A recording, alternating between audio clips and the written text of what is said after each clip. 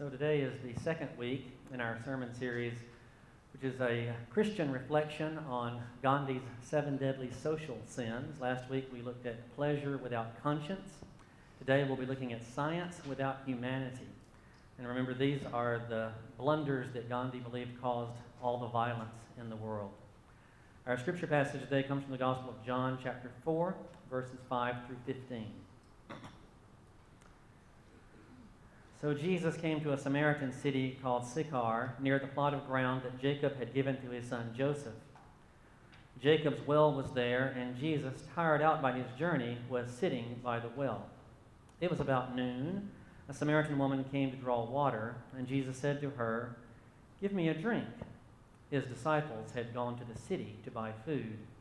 The Samaritan woman said to him, "How is it that you, a Jew, ask a drink of me, a woman of Samaria? Jews do not share things in common with Samaritans." Jesus answered her, "If you knew the gift of God and who it is that is saying to you, 'Give me a drink,' you would have asked him, and he would have given you living water." The woman said to him, "Sir, you have got no bucket, and the well is deep.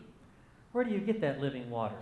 Are you greater than our ancestor Jacob, who gave us the well, and with his sons and his flocks drank from it?" Jesus said to her, "Everyone who drinks of this water will be thirsty again. But those who drink of the water that I will give them will never be thirsty. The water that I will give will become in them a spring of water, gushing up to eternal life."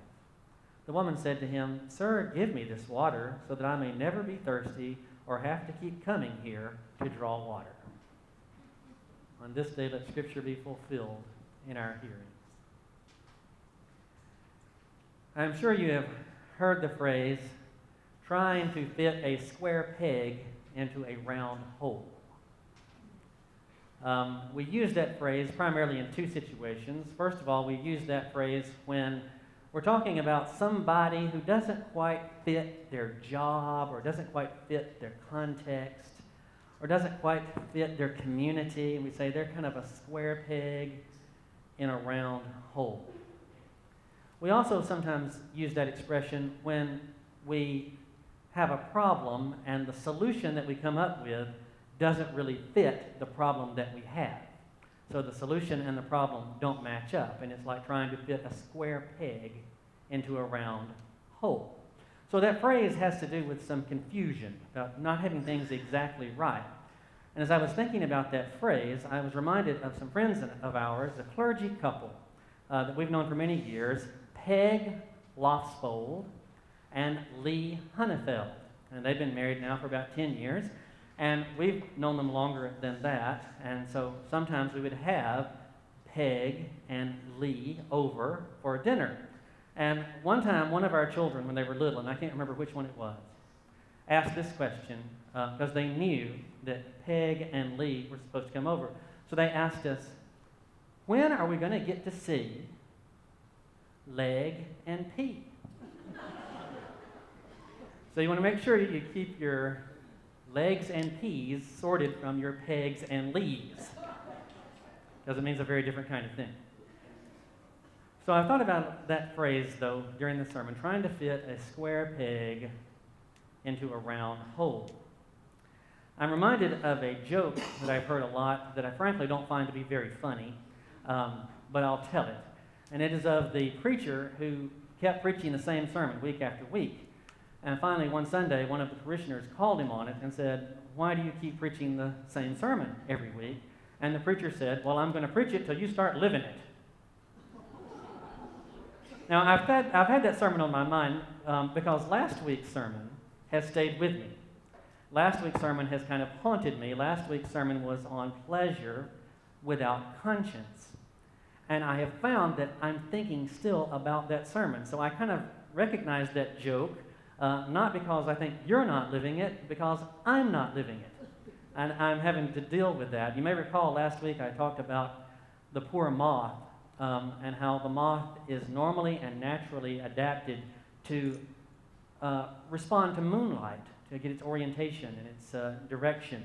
And how we've come along in our modern culture with the super stimulus, this electric light, porch light, and how the moth now gets disoriented because the moon cannot compete with the porch light, And so the moth ultimately is led to its death because it follows that super stimulus instead of its natural one.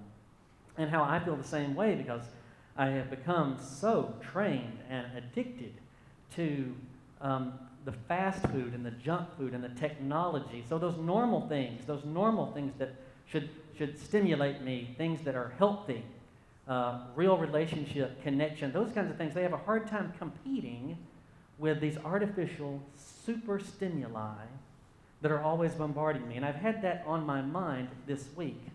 And I realized that much of what was said last week could be said this week, even though the topic this week is science without humanity. Science without humanity could be interpreted as materialism without spiritualism. But it's something that I have been thinking a lot about this week. Now, there's not a lot of information out there about Gandhi's thoughts on science without humanity, except I do know that one of his major concerns was this. He was concerned, as we became a more modern culture, that people were beginning to replace spiritual values with material possessions, or that people started believing that they could replace spiritual values with material possessions. And that was behind his concern about science without humanity. So I've taken all that and I've reduced it to its simplest phrase, which once again is, don't try to fill spiritual holes with physical pegs. Don't try to fill spiritual holes with physical pegs. And I like that phrase because the reverse of it is also true. Don't try to fill physical holes with spiritual pegs. And I'm reminded of that from last week's passage from James. Remember the letter to James I said was a general letter to the early church, and we read this passage. What good is it, my brothers and sisters, if you say you have faith but do not have works? Can faith save you?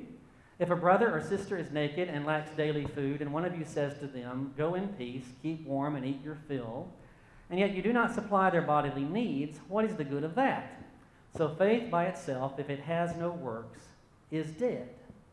So that sounds to me like James is saying, don't try to fill physical holes with spiritual pegs. When you're confronted with people who don't have enough to eat, the hole is in the belly.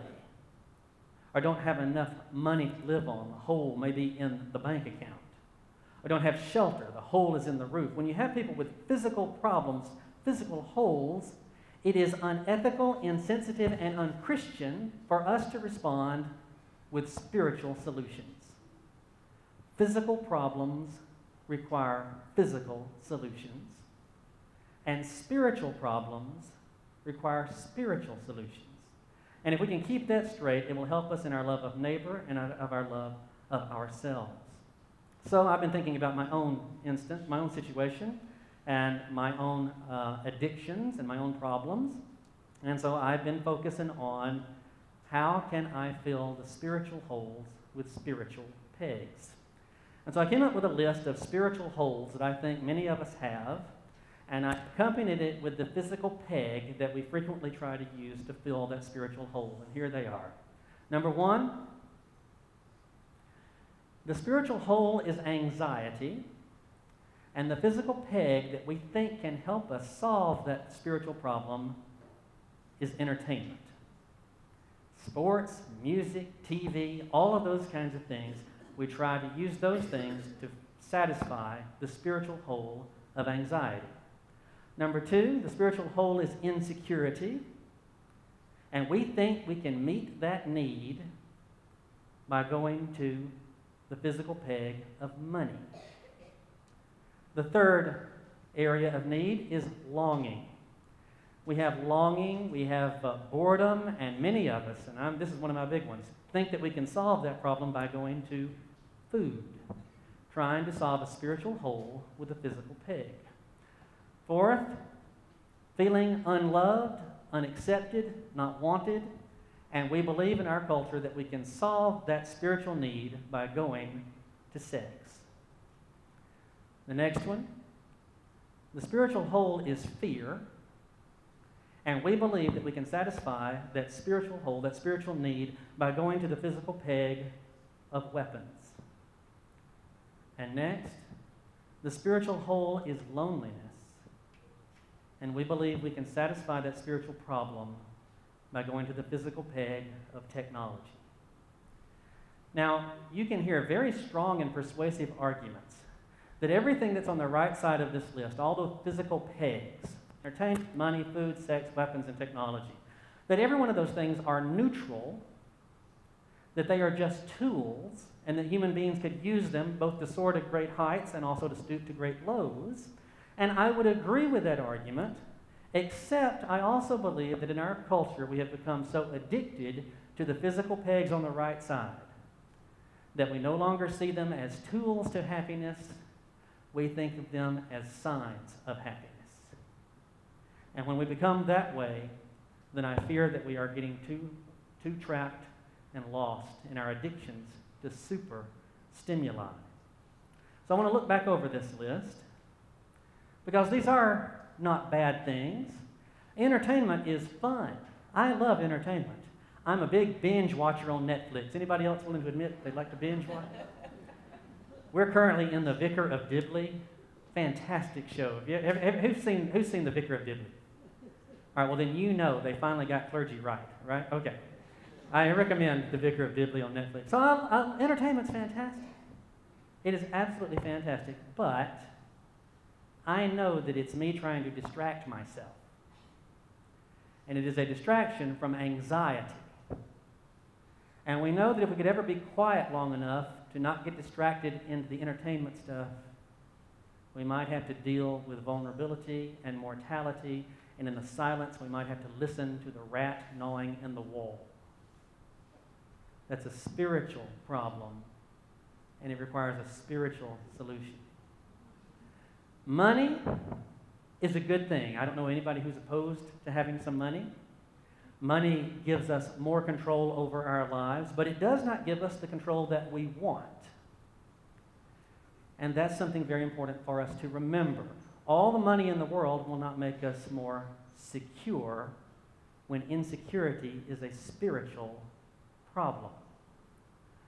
Food is wonderful. I love food.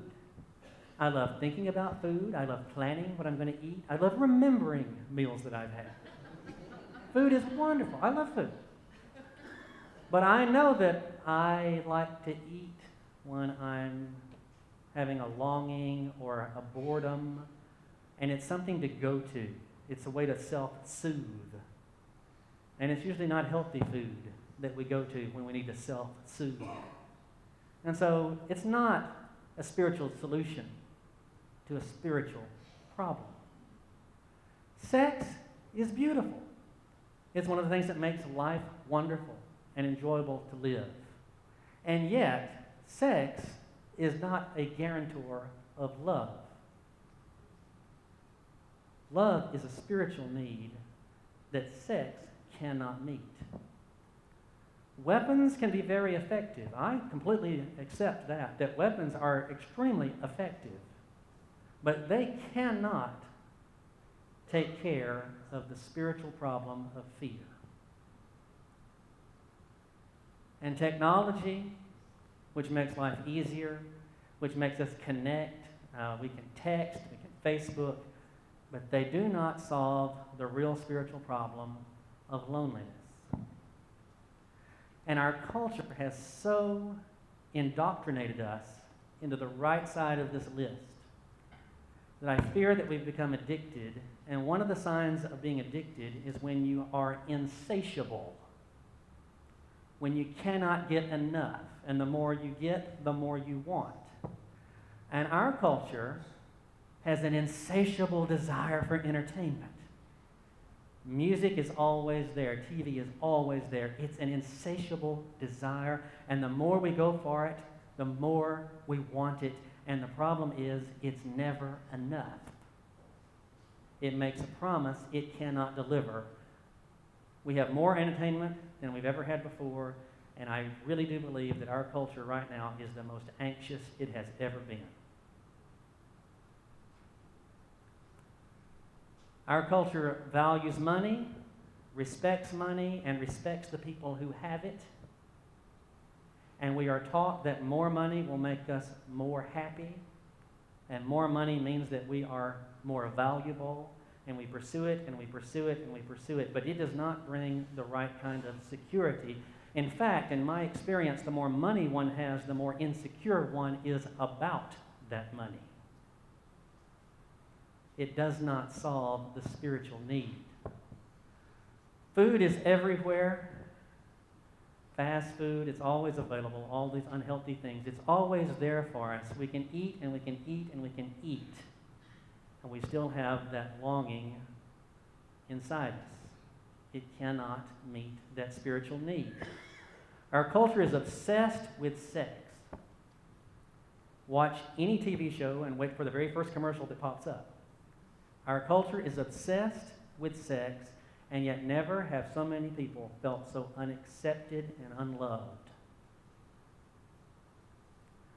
Our culture worships weapons, worships violence, esteems it, thinks that it's wonderful, thinks that weapons are the key, and yet we have weapons that are easier to get than ever before, and I have never known in my lifetime a culture more afraid than we are today.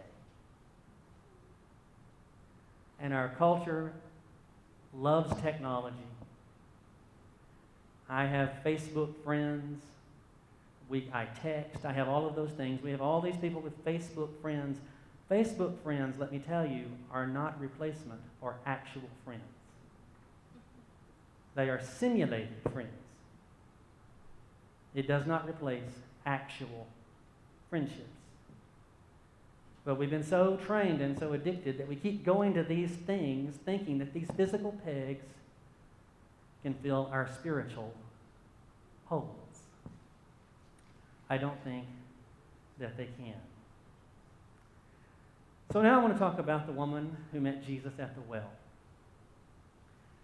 She goes to the well to get water. She has a physical need, and she goes to the well to get a physical solution. And wells are great for that. If you need water, you're thirsty, you go, you get water at the well. And she meets Jesus, coming to get this physical solution to her physical need.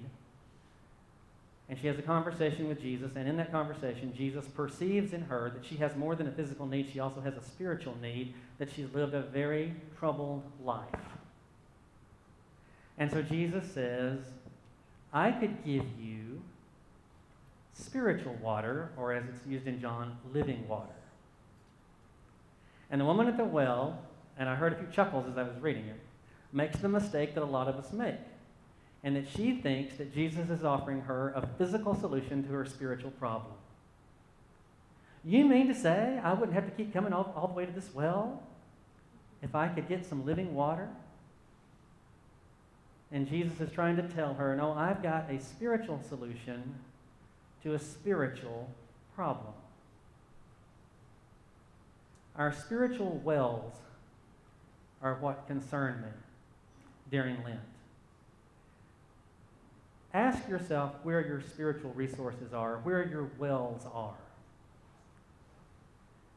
When you are dealing with anxiety and insecurity and boredom and loneliness, feeling unaccepted, feeling isolated, out of control, do you find yourself going to entertainment, money, food, sex, technology, weapons? Are they where you go to look to solve that problem? Or are you cultivating spiritual wells that have spiritual living water? Lent helps us with that through the practice of silence and prayer and real conversation, through acts of generosity, parting ways with money, parting ways with all of these super stimuli who have so distracted us. Last week I talked about the difference between giving up and getting back. It feels like we're giving stuff up, but we're really trying to get stuff back. And the stuff we get back really matters.